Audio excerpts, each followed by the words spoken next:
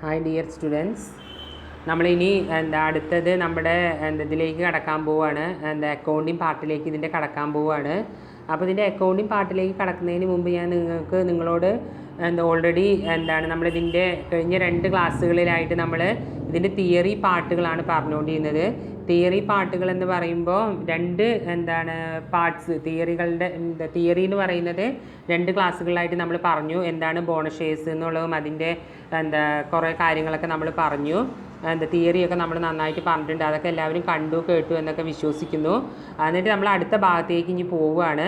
അത് അക്കൗണ്ടിങ് ഭാഗം. അക്കൗണ്ടിങ് ഇതിനെ എങ്ങനെയാണ് നമുക്ക് ചെയ്യേണ്ടത് എന്നുള്ളത് അറിയാൻ വേണ്ടിയിട്ട് നമ്മൾ തിയറി പോർഷൻസുകൾ പറഞ്ഞതിൻ്റെ അപ്ലിക്കേഷൻസുകൾ എങ്ങനെയാണ് അക്കൗണ്ടിങ്ങിൽ ഇത് ചെയ്യാൻ പോകുന്നതിൻ്റെ അക്കൗണ്ട് ട്രീറ്റ്മെൻറ്റ് എങ്ങനെയാണ് എന്നുള്ളതിനെ കുറിച്ചിട്ടാണ് നമ്മൾ പറയാൻ പോകുന്നത്. കഴിഞ്ഞ ക്ലാസ്സിൽ 2 പറഞ്ഞ തിയറികൾ ശ്രദ്ധിച്ച് കേട്ടവരാണ്. ഇതും കൂടിയും കേട്ടാലാണ് മനസ്സിലാവുകയുള്ളൂ. അപ്പോൾ ഞാൻ ഒന്നുകൂടിയും ജസ്റ്റ് ഒന്ന് ഇൻട്രൊഡ്യൂസ് ചെയ്ത് പറയാം, അത്രേ ഉള്ളൂ. അപ്പോൾ നമ്മൾ എന്താണ് ബോണസ് ഇഷ്യൂ എന്നുള്ളത് പറഞ്ഞു. ബോണസ് ഇഷ്യൂ എന്ന് പറയുമ്പോൾ നമ്മൾ പറഞ്ഞു കമ്പനിക്ക് നേരിട്ട് പ്രോഫിറ്റ് അല്ലെങ്കിൽ ഡിവിഡൻറ്റ് ഷെയർ ഹോൾഡേഴ്സിന് കൊടുക്കുന്നതിന് പകരം അവർ ആ പ്രോഫിറ്റിനെ എന്ത് ചെയ്യും, അവർ ഷെയർസാക്കി മാറ്റും. ഇവർക്ക് അഡീഷണൽ ഷെയർസായിട്ട് ഇവർക്ക് കൊടുക്കും. ആ രീതിയിലാണ് അത് അവരോട് ചോദിച്ചിട്ടാണ് കൊടുക്കുക. നിങ്ങൾക്ക് അഡീഷണൽ ഷെയർസായിട്ട് അഡീഷണൽ ഷെയർ ഇഷ്യൂ ചെയ്യട്ടെ എന്നുള്ള രീതിയിൽ ചോദിച്ചിട്ട് ആ പ്രോഫിറ്റ് കൊടുക്കാതെ അവിടെ ഓൾറെഡി ഉള്ള ഷെയർ ഹോൾഡേഴ്സ് അഥവാ എക്സിസ്റ്റിംഗ് ഷെയർ ഹോൾഡേഴ്സ് എന്ന് പറയും. ആ ഷെയർ ഹോൾഡേഴ്സിന് എന്ത് ചെയ്യും, പ്രോഫിറ്റ് കൊടുക്കാതെ എന്ത് ചെയ്യും, അവർക്ക് അതിന് പകരം അത്രയും എമൗണ്ടിൻ്റെ ഷെയർസ് കൊടുക്കുന്ന രീതിയാണ് പറഞ്ഞത്. അപ്പോൾ അതിന് കുറച്ച് അക്കൗണ്ടിങ് ട്രീറ്റ്മെൻറ്റ് ഉണ്ട്. അക്കൗണ്ടിങ് ട്രീറ്റ്മെൻറ്റ് രണ്ട് രീതിയിലാണ് ചെയ്യുന്നത്. ഫുള്ളി പെയ്ഡ് ബോണസ് ഷെയർസിൻ്റെയും ചെയ്യാനുണ്ട്, ഒന്ന് പാർഷ്യലി പെയ്ഡ് ബോണസ് ഷെയർസിൻ്റെയും ചെയ്യാനുണ്ട്. Second one. അപ്പോൾ first one fully paid bonus ഷെയർസിൻ്റെ ജേണൽ എൻട്രികളാണ് നമ്മൾ പറയാൻ പോകുന്നത്.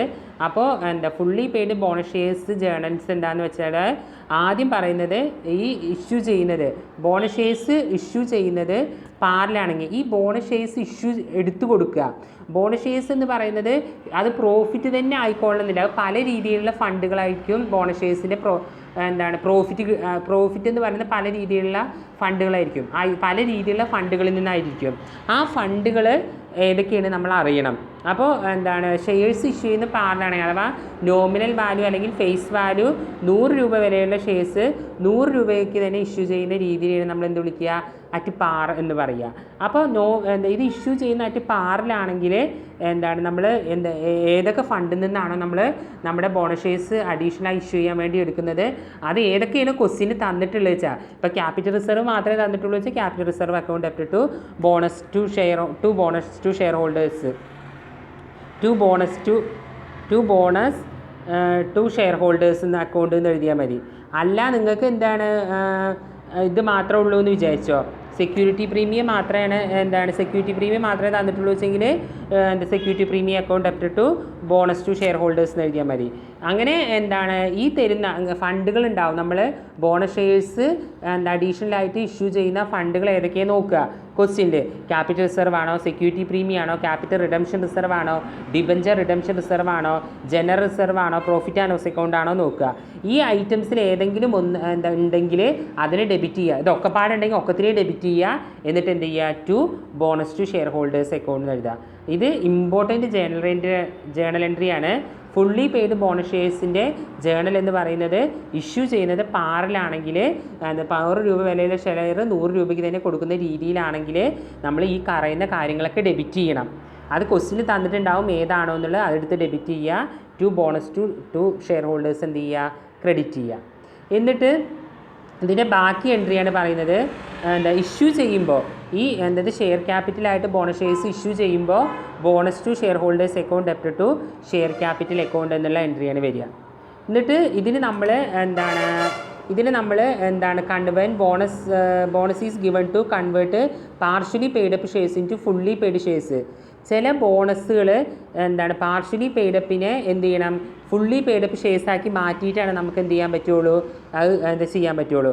അപ്പോഴും തന്നെ നമ്മൾ ആദ്യം പഠിച്ച എൻട്രി തന്നെ ഇതേപോലെയുള്ള എൻട്രി തന്നെയാണ് നമുക്ക് എന്ത് ചെയ്യേണ്ടത്, അപ്പോഴും അപ്ലൈ ചെയ്യേണ്ടത്. പേടിക്കേണ്ട ആവശ്യമൊന്നുമില്ല. അതും സെയിം രീതിയിൽ തന്നെയാണ് ചെയ്യേണ്ടത്.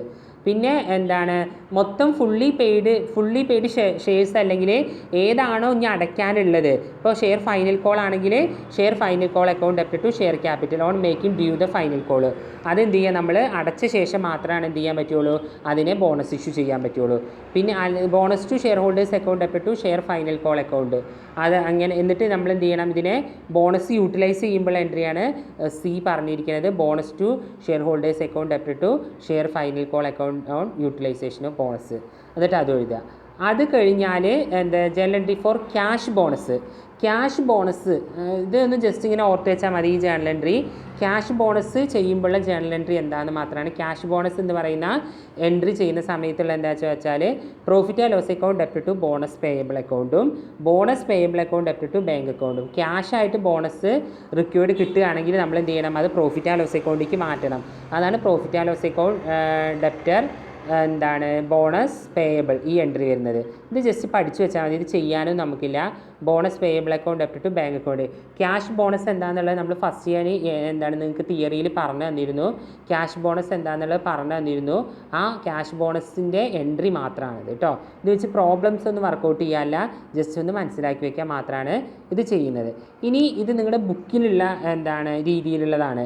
ഇപ്പോൾ ബുക്കിൽ നിങ്ങൾക്ക് ഇങ്ങനെയാണ് പറഞ്ഞിരിക്കുന്നത്, partially paid up to make the partially paid up ഷെയർസിനെ ഫുള്ളി പെയ്ഡപ്പ് ആക്കണം. പാർഷ്യലി പെയ്ഡപ്പ് ഷെയർസ് എന്ന് പറഞ്ഞാൽ ചിലപ്പോൾ അപ്ലിക്കേഷൻ മണി അടച്ചിട്ടുണ്ടാവും, അലോട്ട്മെൻറ്റ് മണി അടച്ചിട്ടുണ്ടാവും, ചിലപ്പോൾ ഫൈനൽ കോൾ അടച്ചിട്ടുണ്ടാവില്ല. അങ്ങനെയുള്ള സിറ്റുവേഷൻസിൽ ആ ഫൈനൽ കോളും കൂടി അടച്ചതിന് ശേഷം അതിനെ പാർഷ്യലി പെയ്ഡപ്പ് ഷെയർസിനെ ഫുള്ളി പെയ്ഡപ്പ് ഷെയർസ് ആക്കി മാറ്റിയ ശേഷം reserve and surplus account debit to, നമ്മൾ നേരത്തെ പറഞ്ഞ എൻട്രി തന്നെ. ഇതിലിപ്പോൾ റിസർവ് ആൻഡ് സർപ്ലസ് എന്ന് മാത്രമേ കൊടുത്തിട്ടുള്ളൂ. നമ്മളിവിടെ എല്ലാം പറഞ്ഞു. ഇവിടെ എന്തൊക്കെയാണോ ക്വസ്റ്റ്യനിൽ ഏതൊക്കെയാണോ വരാൻ സാധ്യതയുള്ള ഐറ്റംസുകൾ, അഥവാ ആ റിസർവ് ആൻഡ് സർപ്ലസ് എന്ന് പറയുന്ന രീതിയിൽ ഏതൊക്കെയാണ് വരിക, capital reserve, security premium, capital redemption reserve, debenture redemption reserve, general reserve, profit and loss account. അത് തന്നെയാണ് കേട്ടോ. അതേ സെയിം എൻട്രി തന്നെയാണ് ഇവരൊന്ന് ചുരുക്കി എഴുതിയിരിക്കുകയാണ് ബുക്കിൽ. അതേ സെയിം എൻട്രിയാണ്, ഇത് വേറെ എൻട്രി ഒന്നും അല്ല കേട്ടോ. അപ്പോൾ with the amount required to make the share fully paid up ആക്കുമ്പോഴുള്ള എൻട്രിയാണ് റിസർവ് ആൻഡ് സർപ്ലസ്. ഏതാണോ നമ്മൾ ഫുള്ളി പെയ്ഡപ്പ് ആക്കുന്നത് അത് account debit to bonus to share holders.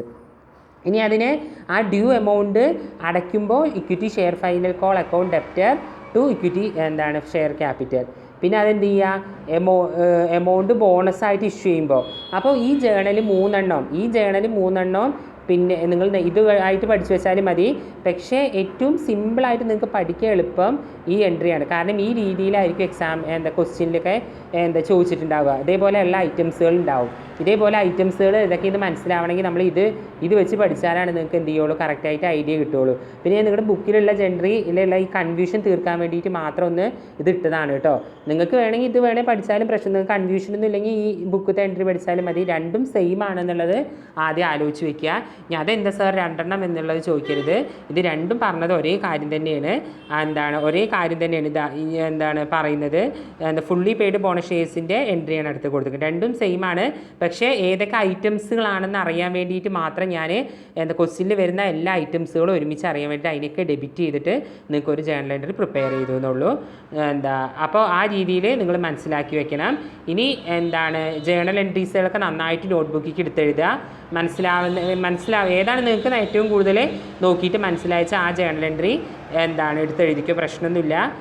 Problem ചെയ്യുമ്പോൾ ഞാൻ ഒന്നുകൂടി പറയും, അപ്പോൾ പേടിക്കേണ്ട ആവശ്യമൊന്നുമില്ല. ഇതാണ് ഈ ജേണൽ എൻട്രീസുകൾ പരമാവധി നന്നായി മനസ്സിലാക്കി വെക്കുക. ഇതും അത് തന്നെയാണ്. The issue fully paid bonus shares ആണ് നമ്മൾ ആദ്യം പറഞ്ഞത്. Reserve and surplus account debit to bonus to share holders. നമുക്ക് ക്വസ്റ്റ്യൻ്റെ റിസർവും സർപ്ലസും മാത്രമല്ല തരിക, ഇതേപോലെ security premium, capital redemption reserve ഒക്കെ തരും. അപ്പോൾ നമ്മൾ ഈ റിസർവ് ആൻഡ് സർപ്ലസ് എന്ന് മാത്രം നിങ്ങൾ പഠിച്ചു വെച്ചു എന്ന് പറഞ്ഞാൽ ഇതൊക്കെ എന്താണെന്നുള്ളത് നിങ്ങൾക്ക് കൺഫ്യൂഷൻ വരും. അതുകൊണ്ടാണ് ഞാൻ ഫസ്റ്റത്തെ എൻട്രിയിൽ അതൊക്കെ എല്ലാ ഐറ്റംസും കിട്ടും. വിത്ത് the amount of bonus issue ഇതിൽ നിന്ന് റിസർവിൽ നിന്നോ നമ്മുടെ സർപ്ലസിൽ നിന്നോ ഡിവിഡൻറ്റിൽ നിന്നോ പ്രോഫിറ്റിൽ നിന്നോ ആണ് എടുത്ത് ഇഷ്യൂ ചെയ്യുക എന്നുള്ള കാര്യം കറക്റ്റായിട്ട് ഓർത്ത് വയ്ക്കുക, കറക്റ്റായിട്ട് പഠിച്ചു വയ്ക്കുക. എന്നിട്ട് എന്താണ് ആ amount with the amount of bonus shares ആയി മാറുമ്പോൾ bonus to share holders account debit to equity share capital to security premium എന്തെങ്കിലും ഉണ്ടെങ്കിൽ അത് കൊടുത്തെഴുതുക. ആ രീതിയിലാണ് ഇത് പഠിക്കേണ്ടത്. ജേണൽ എഴുതിയതിൽ വല്ല ഡൗട്ട്സ് ഉണ്ടെങ്കിൽ ചോദിക്കുക. എന്തെങ്കിലും വന്നതിൽ വല്ല ഡൗട്ട്സും ഏതെങ്കിലും ജേണൽ എഴുതിയതിൽ ഡൗട്ട്സ് ഉണ്ടെങ്കിൽ മസ്റ്റായിട്ട് ഇന്ന് തന്നെ നിങ്ങൾ ചോദിക്കുക. നാളേക്ക് അത് മാറ്റി വെക്കരുത്. നാളെ ഞാൻ പുതിയ പ്രോബ്ലം അപ്പോൾ എന്താണ് പ്രോബ്ലം വെച്ചിട്ടുള്ള കാര്യങ്ങളാണ് ഞാൻ പറയുക. അപ്പോൾ ഇന്ന് തന്നെ എല്ലാം നോക്കിയിട്ട് കറക്റ്റായിട്ട് ചോദിക്കുക. Okay, thank you.